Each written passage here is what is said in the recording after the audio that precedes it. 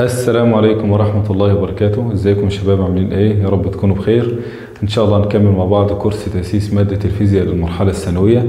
طبعا ده الحصة رقم 4 هنتكلم فيها عن جزئية مهمة جدا برضو، وهي الدوال المثلثية وازاي نحسبها، اللي هي الساين والكوزين والتان والحاجات دي. تعالوا كده نشوف. انا عندي هنا مثلث اهو قائم الزاوية في الزاوية دي كده، تمام؟ والزاوية دي مثلا ممكن اسميها سيتا.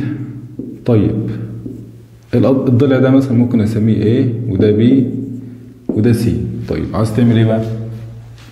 اول حاجه عاوز احسب اطوال الاضلاع اللي عندي دي، يعني هعرفك ازاي تحسب طول الضلع A او B او C. في قاعده اسمها قاعده فيثاغورس، خد بالك منها بقى. قاعده فيثاغورس في للمثلث قائم الزاويه اهو، للمثلث قائم الزاويه، تمام؟ بتقول ايه بقى القاعده دي؟ بتقول ان مربع الوتر بيساوي مجموع مربعي الضلعين الاخرين. يعني دلوقتي رقم واحد اهوت، مربع الوتر اللي هو س تربيع بيساوي مجموع مربعي الضلعين الاخرين، يعني A تربيع زائد B تربيع، تمام؟ طيب ومنها بقى لو انا عايز احسب السي بس لوحده، يعني طول الوتر بدون تربيع، هعمل ايه؟ طبعا عشان اضيع التربيع زي ما احنا عارفين في الرياضة باخد الجذر التربيع للطرفين. فانت لو خدت الجذر ده وجذر الطرف ده، التربيع بيطير مع الجذر، وبالتالي هيبقى سي بس بيساوي جذر المقدار ده، جذر A تربيع زائد B تربيع. طيب انا بقى لو انا عايز احسب طول الضلع ايه كده، احنا عرفنا نحسب طول الضلع سي اللي هو الوتر، تمام؟ لو انا بقى عايز احسب طول الضلع ايه، هقول ايه؟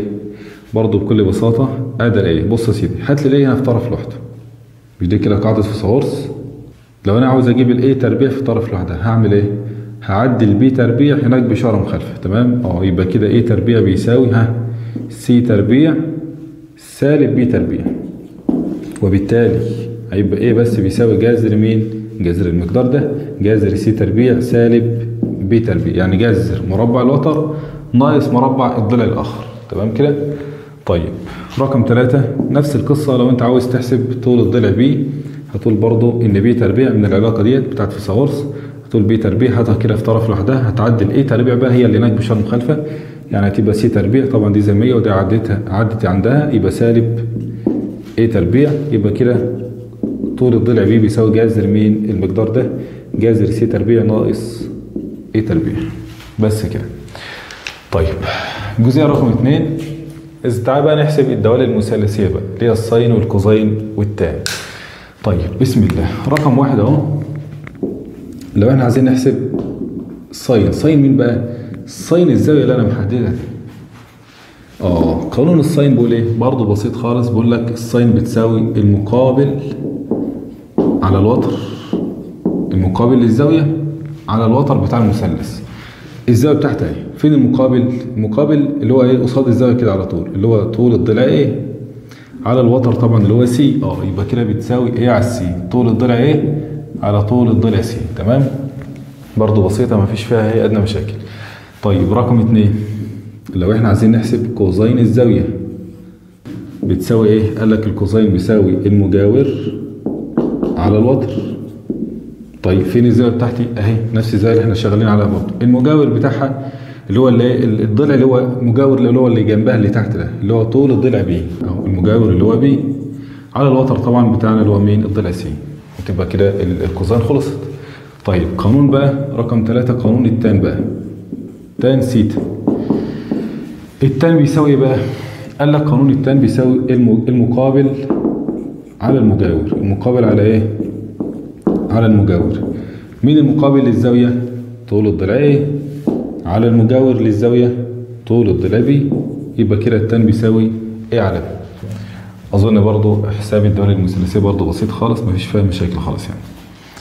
طيب بعد كده يا حبايب الربط بقى بين الدوال وبعضها. بص يا عم، في قانون للتان، تان سيتا وتان الزاوية، مش احنا قلنا المقابل على المجاور؟ وبرضه بتساوي ساين الزاوية. ركز بقى، تان الزاوية بيساوي ساين الزاوية، ساين سيتا على كوزين نفس السيتا على كوزين سيتا. جاي منين القانون ده؟ مش التان بيساوي المقابل على المجاور؟ شلت المقابل وحطيت ساين سيتا في الوتر، تمام، وتحت شلت المجاور وحطيت من هنا كده كوزين سيتا في الوتر، فالوتر راح مع الوتر، فضل ساين على الكوزين. طيب لو ما فهمتهاش مش مشكله، يعني مش هتضرك في حاجه. من هنا كده لو احنا بقى عاوزين نحسب الساين اهو، ساين سيتا من هنا كده بتساوي ايه؟ ده في ده، يعني بضرب طرفين في وسط، هنا مفيش مقام يعني واحد، فواحد في ساين سيتا بيساوي ساين سيتا، بتساوي مين في مين بقى؟ تان سيتا في كوزين سيتا اهو، تان سيتا في كوزين سيتا، وعلامة الضرب يعني ممكن اعملها ايه؟ ضد كده. طيب من نفس القانون لو انا عايز احسب الكوزين بقى، كوزين سيتا هتعدي مكان التان والتان تنزل ايه؟ مكانها، تمام. او من هنا كده الكوزين بيساوي البعيد على القريب، يعني ساين على التان، او من هنا كده ساين على التان، كوزين سيتا بتساوي ساين السيتا على التان بتاع نفس السيتا.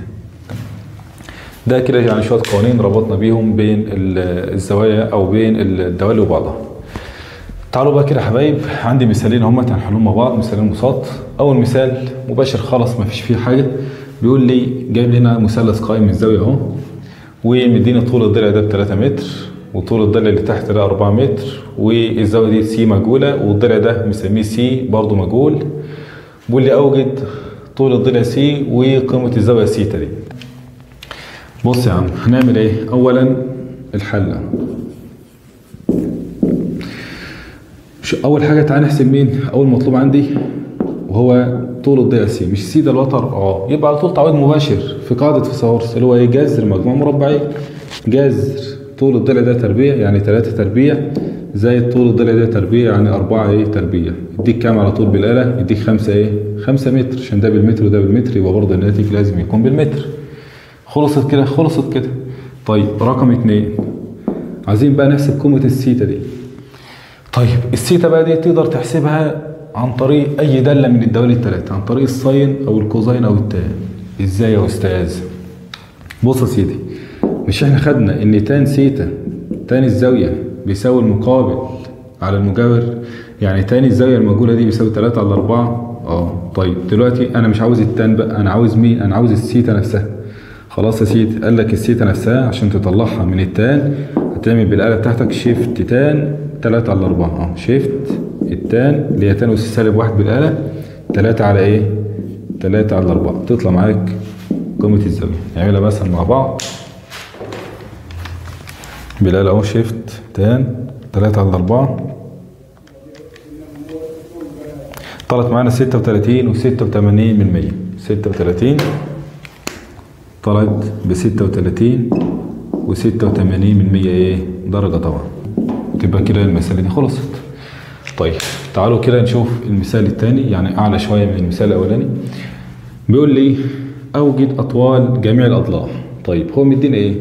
مدينا مثلثين أهو، وبيقول لي عاوز طول كل الأضلاع اللي عندك دي. طيب أنا عندي كام ضلع؟ ده 1، ده 2، ده 3، ده 4، ده 5، 5 أضلاع. مديك هو منهم ضلعين، الضلع اي بي ب 3 متر والضلع دي سي ب 12 متر. يعني كده مديك ضلعين من 5، تفضل 3 اضلاع مجهولين اللي هو طول الضلع اي دي وطول الضلع دي بي وطول الضلع بي سي. طيب هبدأ اشتغل ازاي؟ هشتغل على المثلث اللي عنده معطيات اكتر.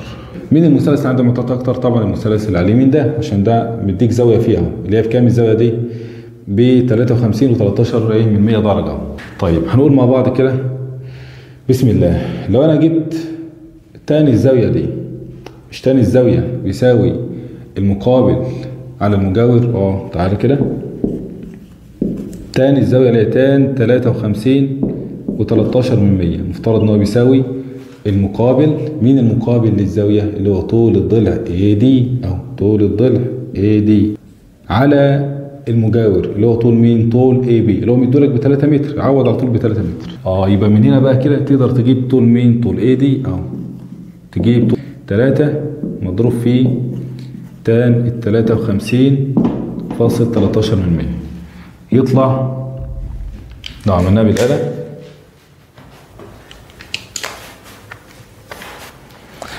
تطلع 3 و9 كتير كده، يعني تقريبا 4 متر. طيب بسيط، يبقى احنا كده جبنا شباب طول الضلع اي دي طلع بكام؟ ب4 متر. فاضل مين بقى؟ فاضل الضلعين دول. بص يا سيدي، مش ده مثلث قائم الزاويه؟ يعني تقدر تستخدم فيثاغورس ولا لا؟ اقدر طبعا استخدم فيثاغورس. انت معاك ضلعين اهو، والضلع المجهول الثالث ده يعتبر هو الوتر بتاع المثلث بتاعك، عشان هو المقابل للزاويه القايمه، يبقى هو الوتر. وطول الوتر بيساوي مجموع جذر مجموع مربعين، صح؟ يبقى على طول يبقى كده خلصنا ايه؟ طول الضلع الاولاني ده، تمام؟ رقم 1 اهو. رقم 2 طول الضلع اسمه ايه؟ دي بي اهو. طول الضلع دي بي بيساوي جذر مجموع مربعين على طول. ده ب3 وده ب4، يطلع طبعا 5 على طول. لا، جذر 3 تربيع زائد 4 تربيع يطلع معاك بكام؟ 5 متر. فطول الضلع ده طالع معانا 5 متر. فاضل مين؟ الضلع ده. لو انت ركزت هتلاقي برضو ده مثلث برضو قائم الزاويه هنا اهو، والضلع المجهول اللي احنا عايزينه اللي هو بي سي ده يعتبر هو الوتر بتاع المثلث. ايه عرفك؟ لانه مقابل للزاويه القايمه، يبقى هو الوتر. وانت عندك طول الضلعين الاخرين، يبقى طول الوتر بيساوي جذر مجموع مربعين برضو. يبقى طول الوتر اللي هو طول الضلع بي سي برضو بيساوي جذر مجموع الضلعين الاخرين، يعني جذر 5 تربيع زائد 12 تربيع. جذر 5 تربيع زائد 12 تربيع تطلع معاك بالآلة كام؟ 13 متر على طول. وبس كده يا شباب، كده احنا خلصنا حصة النهارده. هتذاكرها برضو كويس. لو القوانين ديت المفترض يعني انت حافظها، انا جيت بس بفكرك بيها. اتمنى لكم كل التوفيق. السلام عليكم.